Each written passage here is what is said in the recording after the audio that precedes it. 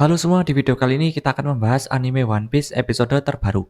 One Piece episode terbaru ini akan melanjutkan cerita episode sebelumnya. Di episode sebelumnya kita sudah melihat hal yang menarik. Dan di episode terbaru ini, ceritanya juga tidak kalah menariknya. Tapi sebelum masuk ke alur ceritanya, buat kalian yang ingin beli kaos anime One Piece, bisa cek keranjang pojok bawah, ada berbagai macam model dan ukuran. Kualitas bahannya juga oke, jadi langsung saja di check out sekarang sebelum kehabisan. Oke, sekarang kita masuk ke alur ceritanya. Diperlihatkan kepanikan yang terjadi di dalam diorama setelah apa yang terjadi pada dunia mereka yang benar-benar diporak-porandakan oleh bajak laut topi jerami. Banyak dari mereka yang mengutuk Luffy dan kawan-kawannya yang sudah mengacaukan tempat mereka.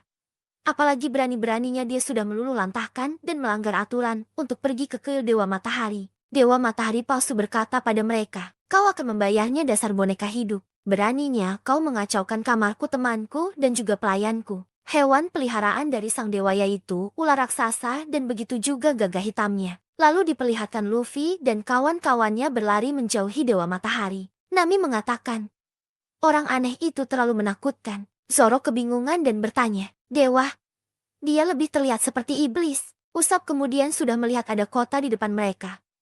"Apakah kita akan baik-baik saja dengan semua rintangan itu?" Luffy mengatakan bahwa jeti ini semua terbuat dari balok-balok.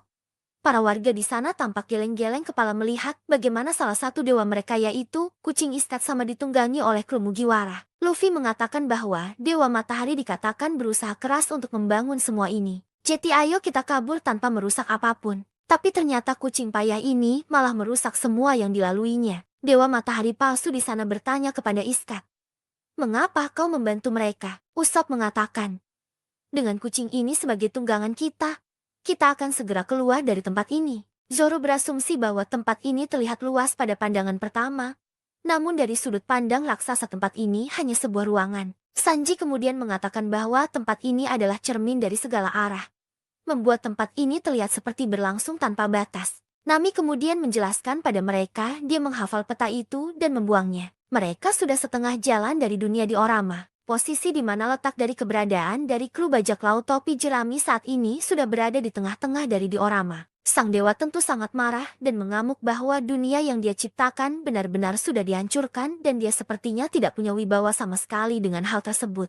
Jadi dia memutuskan untuk menggunakan salah satu senjatanya dengan tongkat yang berisi dengan jaring besi yang akan digunakan untuk menangkap Kryu Mugiwara. Dewa Matahari palsu ini mengatakan, "Jeti, kau melihat petanya dan mengetahui tipuan tempat ini. Tapi, apakah kau tahu ruangan ini dimaksudkan sebagai sel penjara bagi para raksasa?" Dewa Matahari palsu mengacungkan jaring bersiap untuk menjerat mereka. Zoro mengatakan jaring. Sanji kemudian tersadar bahwa Dewa Matahari ini menggunakan ucapan samurai. Dewa Matahari palsu mengatakan bahwa tempat ini awalnya dibangun dan dirancang untuk memenjarakan segala jenis raksasa. Jika mereka mencapai ujung diorama yang lain itu hanyalah jalan buntu. Dewa Matahari palsu tertawa. Serangan dari Dewa Matahari berhasil untuk menangkap kru Luffy dengan jaringnya tersebut. Warga diorama dibuat bingung melihat iskat yang tersangkut jaring dan ditunggangi oleh orang. Kru Mugiwara tertangkap jaring.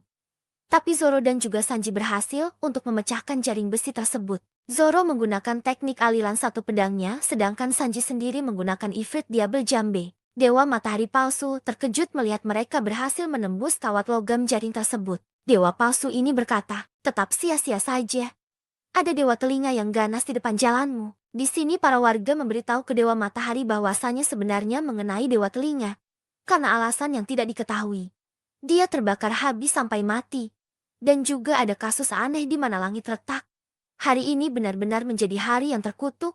Dewa Matahari palsu tentu terkejut karena seseorang mampu menjatuhkan kelinci karnivora. "Itu, nama aslinya adalah kelinci pelahap." Respon Dewa Matahari palsu malah tertawa. "Sayangku, dunia yang paling berharga. Tapi beginilah seharusnya dunia itu."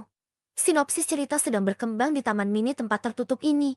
Di dunia yang kuciptakan sendiri ada kejahatan dan juga akan ada pahlawan. Sejarah sedang dibuat dan inilah pesona unik dari miniatur dunia yang kubuat. Orang-orang kemudian berbicara satu sama yang lainnya dengan mengatakan bahwa ini adalah kesempatan mereka untuk kabur dan melarikan diri. Luffy pun di sana kebingungan. Apa yang ditertawakan orang tersebut? Dewa Matahari palsu di sana mengatakan, "Kau sudah berada di telapak tanganku. Bahkan jika dia mengakuimu, aku tidak akan melakukannya. Jadi apa yang kau akan lakukan?" Usop berupaya menggunakan teknik Green Star Bomb Crash. Ini untuk menghancurkan tembok itu, Namun sayangnya tembok itu cukup keras dan ini memicu Luffy untuk menggunakan serangan lanjutan kembali. Luffy bilang, "Baiklah, serahkan padaku, aku akan membuat lubang di dalam hal ini," dan sedikit menggunakan gear kelima. Luffy mengubah tangan kirinya menjadi gear 5 dan bersiap untuk memulai pukulan. Dewa Matahari Palsu di sana berkata, "Boneka tak berdaya yang berjuang dan melawan takdir agung." Kekecewaan yang membuat frustrasi juga akan membuat sejarah. Di dalam pidatonya ini, Dewa Matahari Palsu ini menggunakan kata atau istilah dalam bahasa Jepang kuno. "Aku berterima kasih kepada kalian semua karena telah datang kepadaku Luffy Taso, Zoro Taso, Nami Taso, Usopp Taso, Santaso, dan juga Chotaso." Nami bingung. "Hei, tunggu sebentar. Bagaimana orang itu tahu tentang kita?" Lalu memperlihatkan Nami yang sedang berbicara dengan Usopp. Dia bertanya kepadanya, "Apakah tidak ada yang bersalah ketika menyangkut bencana alam?" Usopp setuju bahwa itu bukanlah siapa-siapa. Nami kemudian mengatakan, "Sejujurnya aku sangat kesal pada orang itu." Usopp pun menyarankan Nami, "Tapi kita tidak boleh berkonflik dengan dia." Sanji dengan dramanya di depan dari wanita menangis menyemangati Nami. "Aku benci kemarahanmu, Nami-san. Aku terus-terusan merasa sangat benci terhadap si payah itu. Si payah itu sudah mengganti pakaian Nami. Aku akan menghancurkan si payah itu dengan kakiku." Nami pun bilang yang pasti penghakiman ilahi akan menimpanya sekarang. Kilas balik pun dimulai. Diperlihatkan burung gagak raksasa hitam sedang membawa Thousand Sunny di hadapan dari salah satu kru anggota bajak laut raksasa baru, yang bernama Road bertanya ke burungnya, "Burung, apa yang kau bawakan untukku lagi hari ini?" "Ini bajak laut topi jerami. Tapi bukankah bajak laut prajurit raksasa baru saja keluar untuk menjemput mereka?" Road pun mengatakan bahwa mereka tertidur lalap. Dia menyimpulkan bahwa mereka pasti melintasi zona kabut tidur. Dalam perjalanan berangkat dari Egghead, ketika Road mengetahui Hairudin menjadi bawahan topi jerami atas kemauannya sendiri, dia merasa kesal meskipun menjadi anggota bajak laut prajurit raksasa baru menjadi salah satu prajurit Elbaf yang terkuat di dunia. Dia mau-maunya menjadi bawahan dari manusia lemah. Apakah dia tidak punya harga diri lagi? Lihatlah perawakan kecil dan lemah ini. Lalu diperlihatkan tubuh dari kru bajak laut topi jerami diletakkan di sebuah meja yang dimana ukuran dari mereka sangat kecil dibandingkan dengan raksasa ini. Nami di sana sempat terlihat bergerak, namun Raud ini lagi-lagi memberi mereka gas tidur. Raud mengatakan, "Aku ingin kalian semua tertidur sebentar lagi." Raud mengatakan bahwa lebih baik mereka tetap hilang. Mereka akan selamanya mencuri tempat ini, tidak mampu untuk keluar dan terus tinggal bersamanya. Kembali ke diorama di sini, Nami sudah siap dengan Zeusnya menciptakan gumpalan awal hitam yang sangat besar diselimuti oleh bercikan petir. Nami bertanya, "Apakah kau sudah siap, Sus?" Zeus menjawab, "Aku bersiap untuk ini." Dan Reitei, Dewa Matahari Palsu, terkena Thunderbolt mematikan dari Nami. Luffy mengatakan, "Sayang sekali kita harus segera berpisah dari tanah ini." Gomu Gomu no Kungan.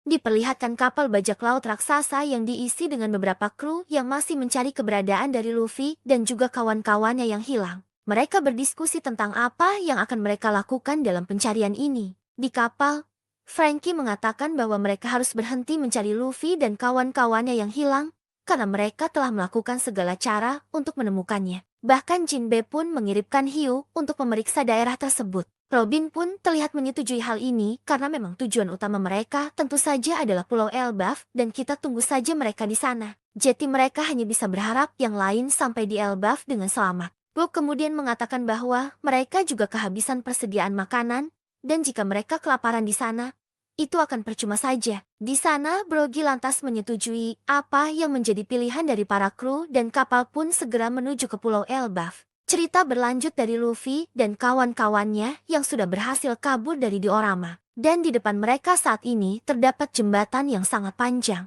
Ini diisi dengan cuaca dingin yang bersuhu ekstrim. Di ujung dari jembatan tersebut pun terdapat pohon yang sangat benar-benar besar. Selama ini, mereka berada di dalam kastil raksasa yang dikelilingi oleh tanah bersalju dan juga pegunungan. Namun di sini Nami melihat dari kejauhan ada dua raksasa yang mencoba menyeberangi jembatan tersebut. Mereka pun bersembunyi. Ternyata mereka Goldberg dan juga Jerk bajak laut raksasa baru dan burung hantunya Jerk yakni bernama Piper. Di sini ada percakapan di antara mereka berdua yang dimulai dari Jerk yang membenci sekali Road dan menganggapnya aneh. Tapi Goldberg sendiri menetapkan pemilihan atas Road adalah karena dia merupakan ahli dari jurumudi yang hebat. Di sini terkonfirmasi bahwa Goldberg saat ini berposisi sebagai koki sedangkan Jet sendiri sebagai dokter kapal. Menariknya di sini, Jet berkata bahwa Road ini ternyata aibnya lebih besar bagi Elbaf daripada Loki. Piper melihat burung gagak Road yang membawa kapal, dan karena melewati Elbaf begitu saja adalah tindakan yang ilegal.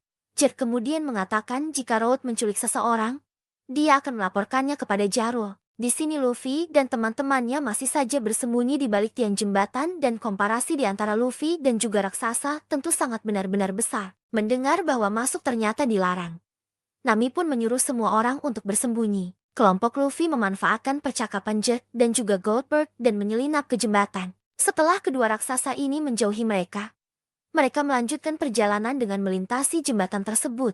Luffy juga berkata bahwa di sekeliling jembatan tersebut, tepatnya di hutan itu, ada banyak sekali serigala liar yang berbahaya. Ketika mereka sudah di setengah jalan, Luffy pun berhenti dan mengatakan bahwa sejak dia bangun, dia merasakan jeritan pria yang sangat kuat. Dia mengatakan juga bahwa Zoro dan Sanji pasti merasakan ini. Luffy tentu ingin mencari tahu asal-usul dari teriakan tersebut.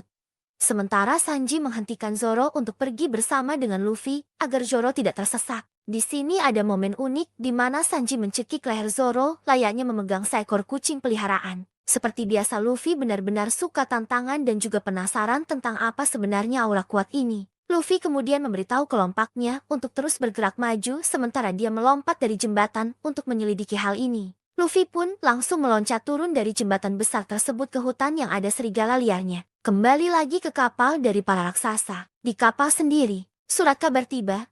Ini melaporkan bahwa bajak laut prajurit raksasa kembali setelah 100 tahun dan menghancurkan Egghead. Bersama dengan Yonko Luffy yang menghabisi Vegapunk. Para raksasa mengamuk dan berkata, kenapa mereka menyebar kebohongan? Surat kabar ini pun terlalu kecil untuk para raksasa. Maka dari itu, Robin mencoba untuk membantu mereka membacanya.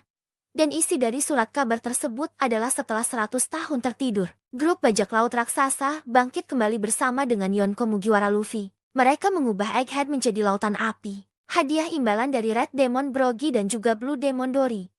Kapten bajak laut raksasa sekarang masing-masing diberi hadiah sebesar 1.800.000.000 beri. Mereka sempat panik padahal mereka bilang mereka bukannya mau bangkit atau semacamnya. Sementara itu, para anak buah dari prajurit raksasa tersebut benar-benar terkesima dengan bounty yang melesat tinggi. Padahal kapten mereka sebelumnya hanya punya bounty 100 juta beri saja. Di sini Robin juga bilang bahwa nilai saat ini tentu jauh berbeda dari 100 tahun yang lalu. Sekarang jumlah ini cocok untuk ketua para kesatria Elbaf. Di sisi lain, kapten kami malah disalahkan untuk penghabisan nyawa Vegapunk. Dan seperti biasa, mereka mengubah cerita seenaknya saja di surat kabar. Lilith pun tertawa. Apa kalian mengambil nyawaku? Mereka tentu kebingungan juga siapa sebenarnya yang melakukan foto terhadap gambaran yang ada di surat kabar ini. Ini seperti foto yang bisa dijual dan tidak peduli siapapun yang memfotoinya. Sementara para raksasa dikejutkan dengan kebohongan surat kabar dan hadiah Dory dan juga Brogy yang terburu-buru. Di bagian Luffy sendiri, Robin memperhatikan bahwa dia memiliki tanda ke-10 di lengannya. Robin mengatakan, apa tanda ini muncul di tangan dari Luffy sejak dia menjadi yang paling bebas? Dan benarkah selalu bergerak? Aku tidak begitu memperhatikannya. Robin mengatakan bahwa dia juga pernah merasa melihat tanda itu di suatu tempat. Di sisi yang lainnya, para bajak laut raksasa juga benar-benar tidak menyangka bahwa Mugiwara yang sekarang setingkat dengan rambut merah. Brogy berkata, sepertinya salah satu pemuda kita yaitu Hairudin menjadi anak buahmu kan? Dia secara teknis memang anak raja walau dia bocah yang nakal. Para raksasa yang lainnya mempertanyakan, harusnya Hairudin yang datang untuk menjemput kalian. Tapi mengapa malah para tetua ini yang datang? Apa mungkin ada masalah yang terjadi di Elbaf? Ternyata memang ada sesuatu yang terjadi pada saat Dory dan juga Brogy ini tidak ada di Elbaf. Di Elbaf ternyata ada anak bangsawan yang secara resmi lahir dan dijuluki sebagai pangeran terkutuk. Dia melakukan semua hal yang buruk. Tapi ternyata sudah disalib beberapa tahun yang lalu. Namun ada waktu di mana dia hampir saja berhasil kabur. Bahkan semua petarung berkumpul untuk menahannya. Para kru Mugiwara benar-benar kaget mendengarnya dan bertanya apakah semua prajurit raksasa Elbaf bersatu melawannya. Dan disebutkan bahwa dia ternyata menginginkan buah iblis legendaris yang diwariskan pada keturunan kerajaan Elbaf. Dia menghabisi ayahnya sendiri, yaitu Raja Herald, dan memakan buah tersebut. Selanjutnya, jika pangeran kutukan yang bernama Loki ini kabur, dunia tentu akan kacau.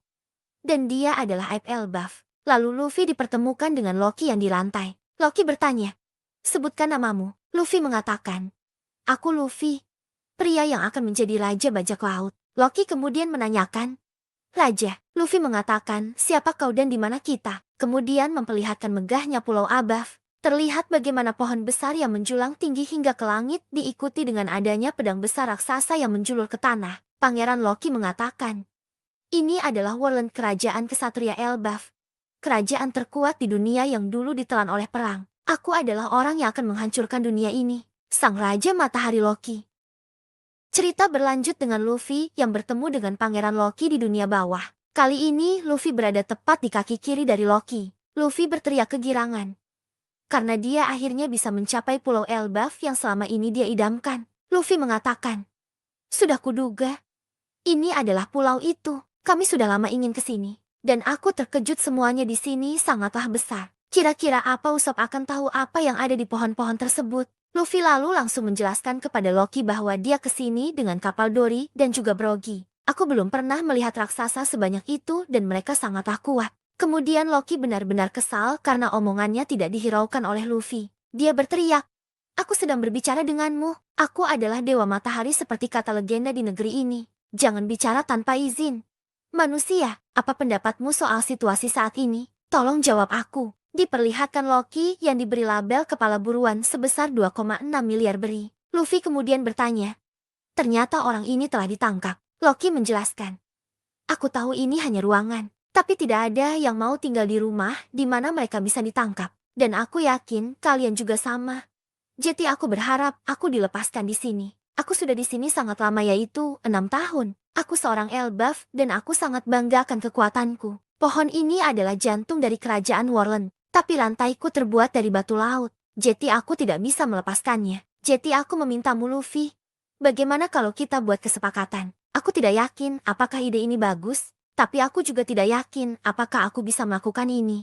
Tapi akan kucoba. Apakah aku juga boleh melepaskan bajak laut? Tapi aku yakin ada kunci di desa di atas. Sekali lagi, aku tak memaksamu untuk melakukannya. Aku juga lupa bilang kalau ini adalah tingkat bawah Elbaf. Tepatnya di bagian neraka. Tidak ada yang berani datang ke sini. Para pendosa, mereka yang dihukum untuk dosanya dijatuhkan ke tempat ini. Tempat itu sendiri adalah tempat pengadilan dan juga penghakiman. Jadi coba saja kau gali saljunya, kau akan menemukan tengkorak raksasa dan manusia di mana-mana. Gunung ini sudah ada selama puluhan ribu tahun, dan di mitologi kami ini adalah tanah dunia pertama. Kemudian diperlihatkan berbagai macam binatang buas yang ada di tempat ini. Mengelilingi Luffy seakan melakukan intimidasi dengan menghancurkan beberapa pohon besar dan juga bebatuan. Loki menyuruhnya untuk berhati-hati terhadap binatang buas yang berkeliaran di daerah tersebut, yang disebut sebagai Raja Gunung. Ini menyerupai binatang buas yang seperti di Pulau Rusukaina. Seketika pada saat mereka mendekati Luffy, mereka seperti langsung dijinakan dengan aura yang dimiliki oleh Luffy. Luffy pun mendengar bahwa Loki menyebut nama Akagamino Shanks. Dia bertanya kepada Loki, apakah Shanks pernah datang ke tempat ini? Loki tertawa dan berkata, ya, dia datang. Bajak laut pengecut itu kan? Tanpa basa-basi, Luffy berubah ke mode gear 4-nya menggunakan serangan tinju dan langsung menghantam ke arah kepala dari Loki. Namun luar biasanya Loki bisa menghindari serangan tersebut. Para anak buah dari Loki heran dan kaget melihat perubahan wujud dari Luffy dan langsung menyerang tuannya. Loki mengatakan, aku cuma bercanda. Jetty tunggu dulu. Anak buah dari Loki ini pun berdoa agar haki Luffy tidak sekuat milik Shanks. Loki bilang, aku tidak bisa bergerak. Luffy pun memperingatkannya, jika kau tidak bisa bergerak, jangan membuatku marah. Jika kau mengatakan hal itu lagi, aku akan membuat kau menjadi satu dengan pohon ini. Luffy lantas bertanya, apakah yang Shanks lakukan di tempat ini? Dan kenapa dia datang menemuimu? Loki pun tersenyum dan mengatakan, aku tidak akan memberiahumu begitu saja. Kemudian beralih ke kelompok dari Usopp dan kawan-kawannya yang saat ini masih berada di luar kastil. Tepatnya di jembatan penyeberangan panjang. Usopp melihat dari kejauhan dan ternyata dia melihat ada seseorang yang seperti tubuhnya habis terkena petir dan berlari ke arah mereka. Namun mereka semua tidak mengenali orang tersebut. Dan ternyata itu adalah Dewa Matahari. Yang mereka lihat sudah melepaskan topengnya. Dia adalah Road. Mereka semua tentu panik dan perjalanan pun dilanjutkan. Di sini Zoro sempat terlihat mau menyerang raksasa yang berlari ke arah mereka. Namun Usopp menghentikannya dengan mengatakan bahwa bisa saja itu adalah teman atau sekutu mereka. Mereka kemudian tidak punya pilihan lain lagi, kecuali lari karena jembatan ini adalah satu jalur. Sanji bilang bahwa mereka semua harus mencapai desa Elbaf secepat mungkin, beralih ke Elbaf dunia bawah. tepatnya di hutan neraka. Di sini terdapat Hairudin dan juga satu krunya yang bernama Stanson. Mereka sedang terlihat memburu beberapa binatang yang akan mereka jadikan persembahan kepada kru bajak laut topi jerami sebagai ucapan selamat datang ke Pulau Elbaf. Hairudin mengatakan, "Aku bisa melihat wajah senang Mugiwara. Jadi ayo kita persembahkan pesta ini." Diperlihatkan sedikit flashback di Dressrosa ketika Doflamingo mengendalikan Hairudin beserta dengan beberapa orang lainnya demi tujuan melakukan kudeta besar-besaran di negeri tersebut. Diperlihatkan detail dari bajak laut raksasa baru yang diketahui oleh Hairudin. Bajak laut ini adalah bajak laut generasi baru setelah Dory dan juga Brogy, yang terdiri dari 5 anggota. Berlanjut ke laut di dekat Pulau Elbaf, Robin dan kelompoknya segera berlayar menuju pulau tersebut. Namun di sela perjalanan mereka, Robin meminta Brooke untuk memotong rambutnya. Brooke mengatakan bahwa dia belum pernah memotong rambut wanita dan dia sangatlah gugup. Diperlihatkan bagaimana cantiknya ketika Robin dengan rambut poni yang seakan mengingatkan kita akan Robin kecil yang lucu dan imut. Para raksasa dan juga kru lain terkesima. Mereka pasti akan menantikan momen-momen di mana Robin akan bertemu lagi dengan Saul. Lalu terlihat kabut sedikit menghilang dari pulau tersebut dan kelompok Robin sudah melihat betapa megahnya Pulau Elbaf yang sudah ada di depan mereka saat ini. Mereka berteriak, "Kita akan bersulang setelah kita berlabuh." Lalu ada momen di mana seorang misterius berteriak mengatakan bahwa Saul terkapar dan tidak bergerak. Dia pergi ke tempat itu. Cerita berlanjut dengan memperlihatkan kapal Great Eyrick yang telah berlabuh di dekat pantai Elbaf. Ada seorang anak yang bernama Colin meneriaki kapal tersebut dan mengatakan apakah mereka ingin mampir ke kedai untuk minum terlebih dahulu. Brogy di sana menjawabnya dengan menyilangkan tangannya dan berkata, tidak. Lalu anak kecil tersebut pun kemudian bergegas untuk mengikuti kapal tersebut dan akan segera berangkat menuju ke dunia matahari. Sang gadis bar pun menitipkan beberapa makanan ke karakter yang bernama Ripley. Colin mengatakan bahwa bajak laut tersebut membawa serta kapten mereka Dory dan juga Brogy. Dan bertanya apakah gadis bar tersebut mengetahui tentang kedua raksasa ini. Di sini Akagami pun mengatakan nama dari seorang Yonko yaitu Luffy si topi jerami. Anak ini pun kemudian bergegas menuju ke dunia matahari dan ingin bertemu dengan Luffy di sana. Di sisi yang lainnya, kita diperlihatkan Hairudin dan juga Stanson sudah melihat kapal Great Eyrick melewati jalur pelangi yang akan mengarah menuju ke atas pulau tepatnya pada sisi di mana pedang tertancap. Sementara itu, kru bajak laut Tuping Jerami melihat ada pelangi di depan mereka. Mereka semua terkesima dengan kemegahan dari pulau yang memiliki sisi ciri khas yang unik, apalagi mereka sekarang akan menaiki pulau tersebut dengan menggunakan jalur pelangi. Ternyata pada percakapan berikutnya, Brogy mengatakan bahwa pelangi tersebut dibuat menggunakan alat lukis. Ini mirip seperti balok batu dan mereka semua tentu masih belum paham bagaimana cara kerjanya. Setelah itu, mereka semua bersiap untuk melaju di atas pelangi dengan kapal mereka yang sudah ada pada posisi vertikal. Di sini para raksasa menjelaskan bahwa desa Elbaf terletak di atas dari pohon ini. Kita bisa langsung ke tempat tujuan tersebut dengan menggunakan jalur pelangi ini dan tidak perlu lagi dari dunia bawah dulu untuk memasuki area tersebut. Sementara itu, di sisi yang lainnya Luffy segera melewati hutan dan dia naik awan untuk bisa melihat adanya desa. Great Eyrick pun melintasi pelangi yang dibuat oleh para raksasa yang akan menuju ke desa Elbaf. Brogy pun menjelaskan bahwa Elbaf ini memiliki 3 tingkatan dari atas. Ada yang namanya dunia surga, tingkatan keduanya bernama dunia matahari, dan yang paling bawah disebut sebagai dunia alam baka. Ada banyak pedesaan di